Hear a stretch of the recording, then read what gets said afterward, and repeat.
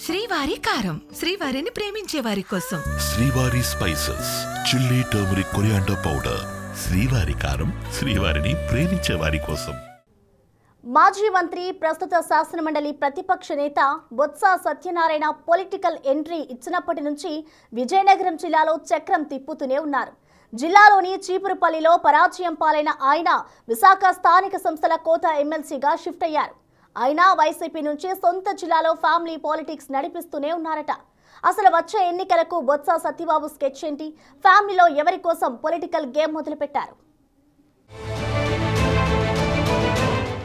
బొత్స సత్యనారాయణ సరికొత్త కుటుంబ రాజకీయ కథా చిత్రం తీయబోతున్నారా అంటే అవుననే సమాధానం వినిపిస్తోంది. విజయనగరంలో 2004 నుండి 2014 వరకు కాంగ్రెస్ ను, 2019 నుండి వైసీపీని కథా, స్క్రీన్ ప్లే, డైరెక్షన్ అన్ని తానే నడిపించిన బొత్స నేడు తన కుటుంబ రాజకీయ కథా చిత్రాన్ని అంతకు మించి నడిపిస్తున్నారట. ఎక్కడెక్కడ ఎవరెవరిచే రాజకీయం చేయించాలి, ఏ స్థానానికి ఎవరిని పోటీ చేయించాలి, ఏ పదవి తన ఇంట్లోకి రావాలి, ఇలా అన్నిటిపై తనదైన శైలిలో స్క్రిప్ట్ సిద్ధం చేస్తున్నారట. సత్యబాబు ప్రణాళిక చూస్తుంటే రాజమౌళి, మహేష్ బాబుల వారణాసి మూవీ కోసం సినీ అభిమానులు ఎలా అయితే ఎదురు చూస్తున్నారో ఇప్పుడు బొత్స పొలిటికల్ స్కెచ్ కోసం కూడా ఉత్తరాంధ్రలో అంతే ఆసక్తిగా ఎదురు చూస్తున్నారన్నది విశ్లేషకుల మాట. అయితే అంతలా బొత్స సిద్ధం చేస్తున్న స్క్రిప్ట్ ఏంటి అని ఓటర్లు కూడా చర్చించుకుంటున్నారట. నిన్న మొన్నటి వరకు భార్య, తమ్ముడు, మేనల్లుడు, బంధువులను రాజకీయాల్లోకి తీసుకొచ్చిన బొత్స ఇప్పుడు వారసులను సిద్ధం చేస్తున్నారు.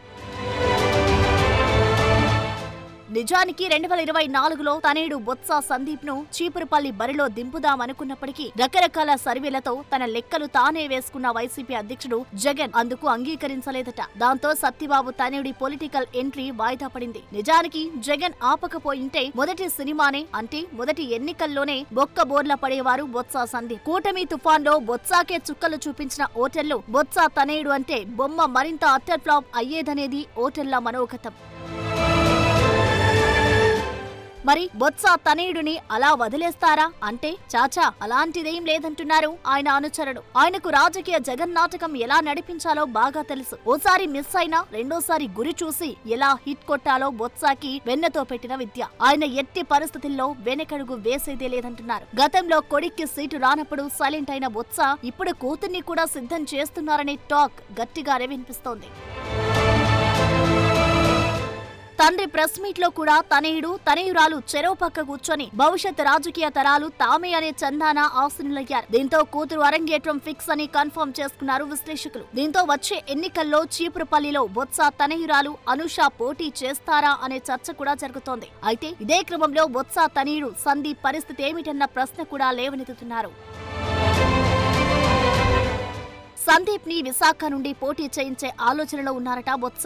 ఒకరిని విజయనగరంలో, మరొకరిని విశాఖలో పోటీ చేయించి మరోసారి ఉత్తరాంధ్రపై పట్టు బిగించాలని చూస్తున్నారట. విశాఖలో వైసీపీకి నాయకత్వ శూన్యత కనిపిస్తున్న సమయంలో ఆ లోటును భర్తీ చేయాలని చూస్తున్నారు బొత్స. దీంతో దీపం ఉండగానే ఇల్లు చక్కదిద్దుకోవాలనే నానుడిని ఫాలో అవుతూ 2 జిల్లాలో తన ముద్ర వేస్తూనే వారసులను కూడా రంగంలోకి దించాలని చూస్తున్నారట. మరి బొత్స ఫ్యామిలీ పొలిటికల్ బొమ్మ హిట్ అవుతుందో, ఫట్ అవుతుందో చూడాలి.